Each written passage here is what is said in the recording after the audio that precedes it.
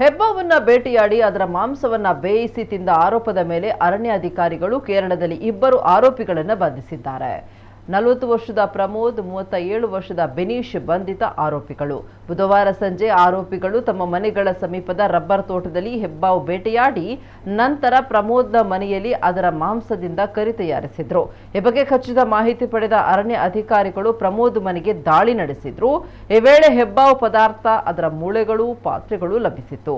ಪ್ರಮೋದ್ನನ್ನ ಬಂಧಿಸಿ ವಿಚಾರಣೆ ನಡೆಸಿದಾಗ ಲಭಿಸಿದ ಮಾಹಿತಿಯಂತೆ ಬೆನೀಶ್ ಸೆರೆಯಾಗಿದ್ದಾನೆ.